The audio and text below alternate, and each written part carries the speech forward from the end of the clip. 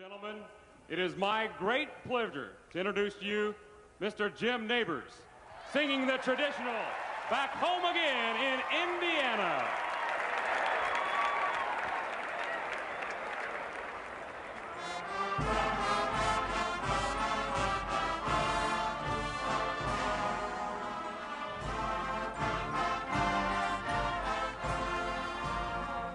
Back home again in Indiana,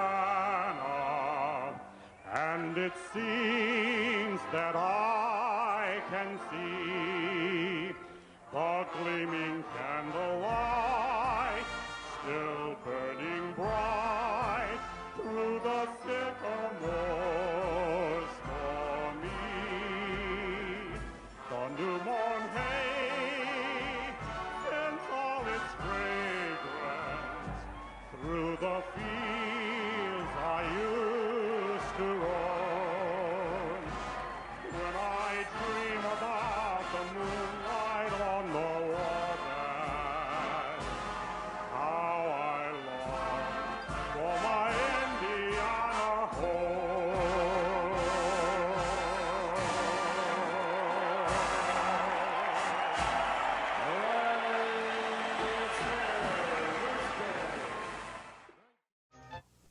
WTHR, Channel 13, Indianapolis. Live from the heart of Indiana, Bruce Kopp, Pat Carlini's exclusive AccuWeather, and Ronnie Duncan's Weekend Sports Spotlight. This is News Center 13 tonight. The news starts now. On the city's east side, a domestic dispute tonight escalates into a deadly confrontation with gunfire. Good evening, Indiana. Our top story, one man is dead tonight after allegedly being shot several times by his fiance's ex-husband. It happened at this townhome on Village Plaza South Drive. Neighbors say the shooting seemed to last forever. IPD homicide detectives are investigating. They say the shooting started when the suspect's ex-wife came to pick up their son. The victim, who was the fiance's, who was the young woman's fiance, went to the door and was told to leave, apparently, by the suspect at gunpoint. And then he returned, argument ensued, and the victim was shot more than once.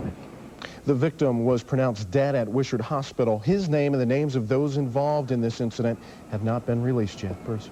Despite heavy fire damage to a northeast side church, some preschoolers will have emergency daycare services tomorrow morning.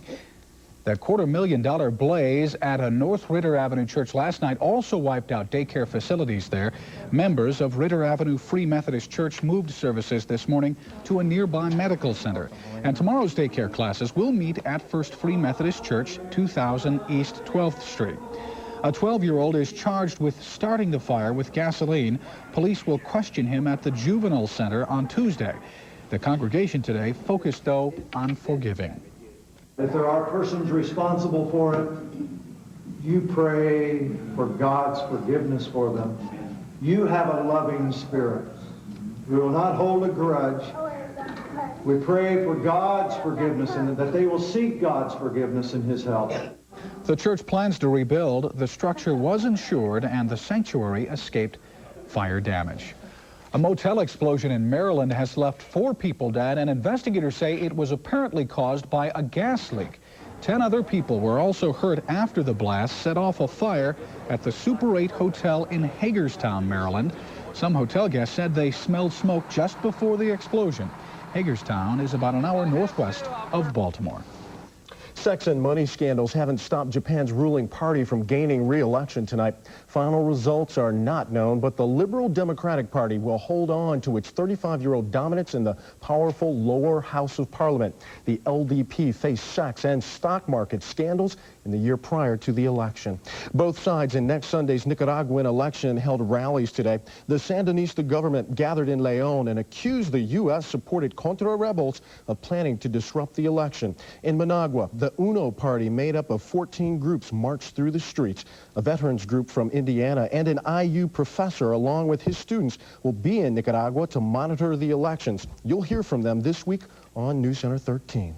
Back in Indiana, a grand jury may soon be looking into misconduct allegations leveled against a Boone County judge.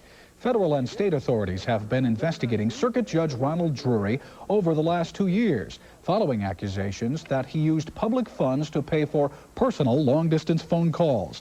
Now, a special prosecutor says the probe has revealed more than just phone calls, but would not comment further. As for Judge Drury, he released a statement today calling the investigation a blatant example of politics in its most crude form.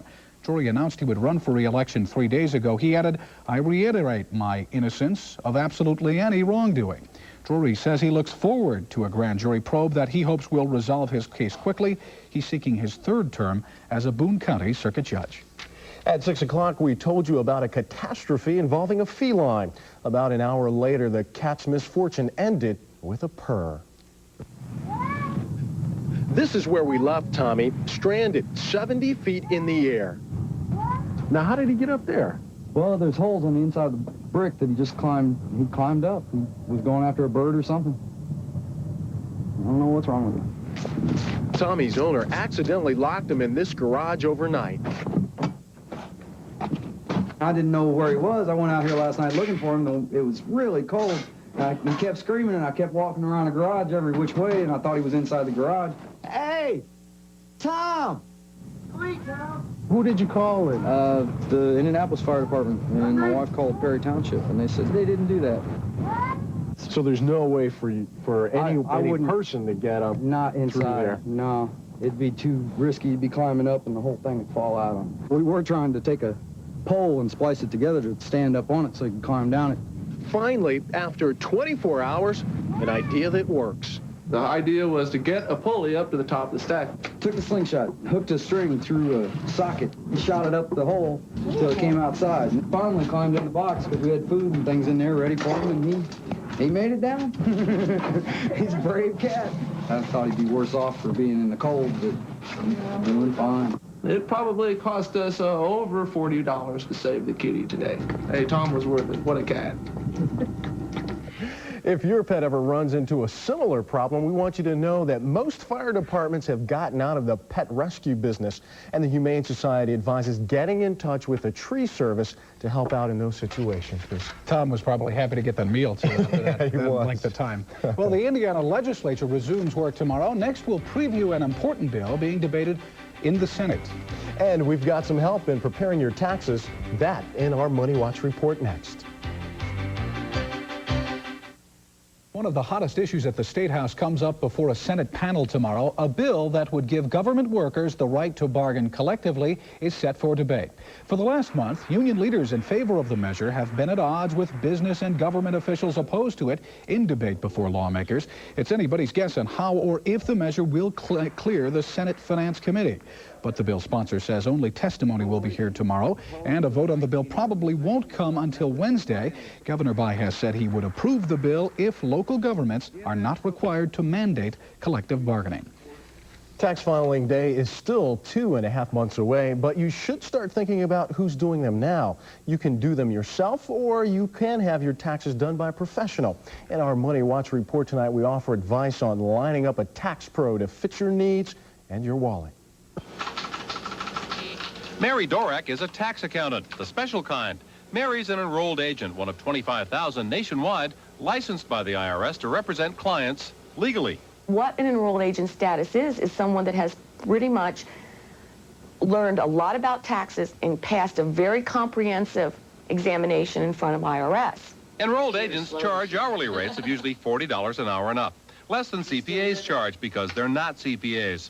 Does your tax preparer belong to the National Association of Enrolled Agents?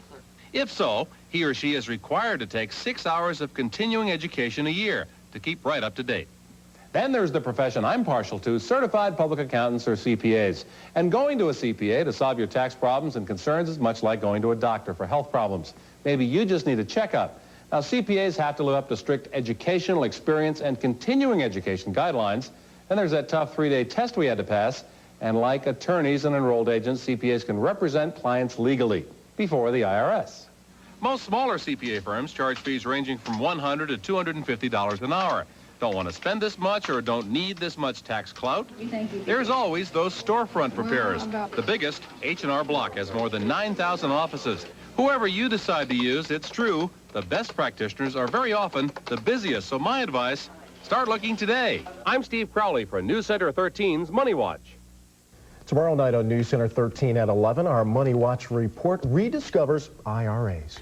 Next up in Pat Carlini's AccuWeather forecast, a warm-up on the way. She tells us about that. And later in Ronnie's Sports Spotlight, the story of a very special wrestler from Muncie. Pat Carlini is affiliated with the National Weather Association and backed by News Center 13's exclusive AccuWeather. First, though, this has been the week for major concerts in town. First, Paul McCartney, and tonight, piano man Billy Joel kicked off his two-night stay at Market Square Arena. Pat Carlini stopped by to check it out. The crowd was there. The scalpers were there. For the second time in 1 week, Indianapolis hosted a major concert at Market Square Arena.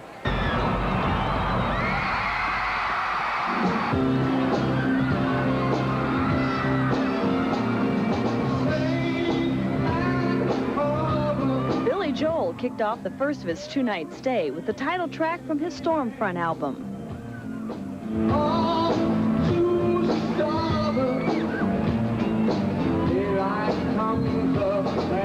It was not only a special night for the crowd, but also for one member of his band with Hoosier roots. Crystal on saxophone got her start in Bloomington and hooked up with another Hoosier, John Cougar Mellencamp, and from there... I got a call on the phone and said, hey, you want to do an album? I said, sure. You want to go on tour? I said, sure. With who?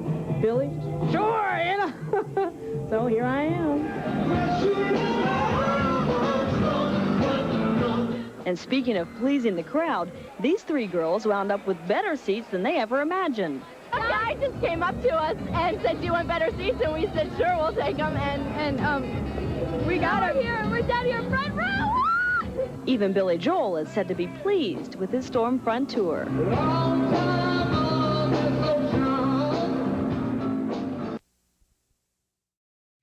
Rusty Franklinton, North Carolina. Great to have you with us on the EIB network. Hello. Rush, thanks for taking my call, and congratulations on 32 years. Thank you, sir. I've always wanted to ask you this. Did you ever meet Paul Harvey? And if you did, what was your takeaways? Oh, sure. I met, there's a fun, actually, it's a good story. The first time I met Paul Harvey, was at the Chicago Radio Hall of Fame induction ceremony where I was being inducted. And it was a big night.